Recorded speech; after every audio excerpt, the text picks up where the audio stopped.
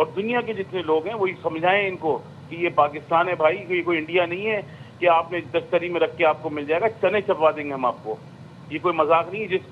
جس فوج کے پیچھے پوری قوم کھڑی ہو اس کے مورلز آپ اندازہ لگا لیں کتنے ہائی ہوں گے. ابھی کراچی کے اندر صرف یہ تھوڑا سا جو پاکستان کی فوج نے ان کو ٹریلر دیا ہے، اس کے بعد پورے کراچی میں ریلیاں نکلنا شروع ہوئی. لوگ سڑکوں پہ آ گئے ہیں اپنی افواج پاکستان کے ساتھ، اپنے لوگوں کے ساتھ، کہ ہم بھرپور طریقے سے اپنی فوج کی حمایت بھی کرتے ہیں اس عمل کی بھی، اور ہم بھرپور طریقے سے اس کو کنڈیم بھی کرتے ہیں.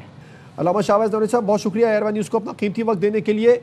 رمضان المبارک کا بابرکت مہینہ ہے. افغان طالبان رجیم کی جانب سے نہتوں کو، خواتین کو، بچوں کو نشانہ بنایا جا رہا ہے، اور ساتھ میں پھر وہ قرآن کا حوالہ بھی دے رہے ہیں. کون سا مذہب اس بات کی اجازت دیتا ہے؟ بسم اللہ الرحمن الرحیم.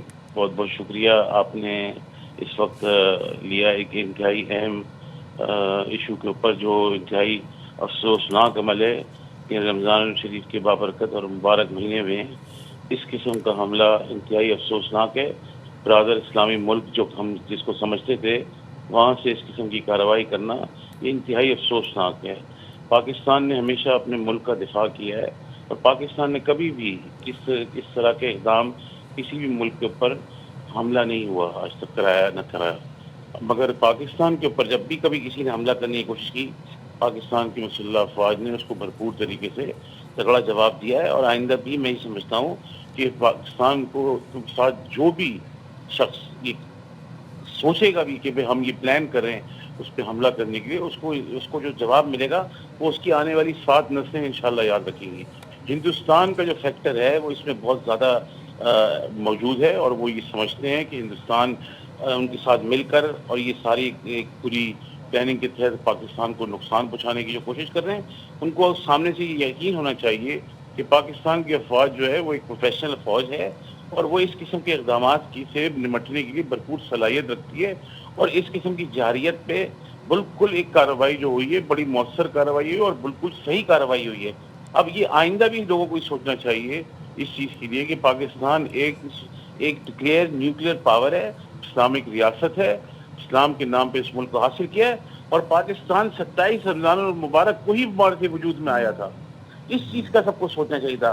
اور لہٰذا جو برادر ملک، جو پڑوسی ملک ہے، اس کو یہ سوچنا چاہیے تھا کہ یہاں پر رمضان شریف کے بابرکت مہینے میں اس قسم کی کارروائی کرنا انتہائی افسوسناک عمل ہے. اس کی مذمت یا اس کو کنڈیم کرنا یہ بہت چھوٹے الفاظ ہیں. اس کے اندر الفاظ افسوسناک عمل ہے کہ کس طرح کوئی اسلامی ملک کسی دوسرے انتہائی افسوسناک عمل ہے. اویس صاحب، رمضان المبارک کا مہینہ ہے، ایک طرف یہ کہتے ہیں کہ ہم اللہ کی راہ میں جنگ کر رہے ہیں. کون سے مذہب میں یہ کہا جاتا ہے کہ عورتوں کو نشانہ بناؤ، بچوں کو نشانہ بناؤ، بزرگوں کو نشانہ بناؤ؟ کون سے مذہب میں یہ لکھا ہے؟ یہ اشر الحرم سے مہینہ ہے، اور اس میں برکتوں اور رحمتوں کا مہینہ ہے. اور یہ اس قسم کی کارروائی ایک مسلمان ملک سے ہونا انتہائی افسوسناک ہے. اتنا افسوس ہے اس میں، اور یہ پورے تمام اسلامی ممالک کو افسوس ہو رہا ہے کہ اس قسم کا اقدام جو ہمارے پڑوس میں ہے وہاں سے کرنے کے اوپر انتہائی افسوس ہے. اور دوسری بات سب سے امپورٹنٹ یہ ہے کہ ہم نے ان کے لیے جو اپنی قربانیاں دی ہیں، اس ملک نے، اس فوج نے، ان کی حمایت میں، وہ یہ سب درگزر بھول گئے. آج بھی ہمارا ملک جو کمزور اس پوزیشن پہ ہے وہ انہی کی وجہ سے ہے، مگر ان کو یہ سمجھ میں نہیں آیا. اب افواج پاکستان نے جو یہ فیصلہ کیا ہے کہ بھرپور جواب دینے کا، یہ میں سمجھتا ہوں پوری 26 کروڑ قوم ہماری اپنی افواج پاکستان کی شان بشانہ ہے، اور بھرپور اس کی حمایت کرتی ہے کہ پاکستان کے اوپر جو بھی میلی آنکھ سے دیکھے گا انشاءاللہ اس کی آنکھ بھرپور طریقے سے نوچ لی جائے گی. بالکل، اور نوچی بھی جا رہی ہے. اچھا شاہویز نورانی صاحب، اللہ تعالیٰ نے قرآن میں فرمایا جو لوگ اللہ اس کے رسول سے لڑتے ہیں، زمین میں فساد برپا کرنے کے لیے دوڑتے ہیں، ان کی سزا یہ ہے کہ انہیں قتل کر دیا جائے، انہیں سولی پر لٹکا دیا جائے. پاکستان نے ایسا ہی کیا. پچھلے ہفتے جو دہشت گردوں کے خلاف افغانستان نے اسٹرائک کی تھی، دہشت گردوں کے ٹھکانوں کو، کمین گاہوں کو نشانہ بنایا تھا، انہی لوگوں کو قتل کیا تھا، انہیں نشانہ بنایا تھا. اب اس کے جواب میں جو افغان طالبان رجیم کی جانب سے خواتین کو، بچوں کو، نہتوں کو نشانہ بنایا گیا، زمین پر فساد برپا کیا گیا، کیا اسلام میں اس کی کوئی گنجائش ہے؟ نہیں، بالکل جی گنجائش نہیں ہے. ہم اپنے ملک کے دفاع کرنے کے لیے چاہے کوئی بھی شخص ہو، ہمارا پاکستان سب سے پہلے، اور پاکستان کی حفاظت کرنا، اس کی ایک ایک انچ سرزمین کی حفاظت کرنا اس قوم کی اور اس فوج کی ذمہ داری ہے، اور ہم اس کو اون کرتے ہیں جو بھی فیصلہ یہ کیا گیا ہے. اور دہشت گردی کو بطور مذہب جو بطور اسٹیٹ افغانستان میں استعمال کیا جا رہا ہے، اس پر آپ کیا کہیں گے؟ بالکل دہشت گردی کا ویسے تو میرے خیالات اس کے اوپر بڑے کلیئر ہیں، اور میں ماضی میں بھی کہہ چکا ہوں، دہشت گردی کا اور دہشت گرد کا کوئی مذہب سے تعلق نہیں ہوتا ہے۔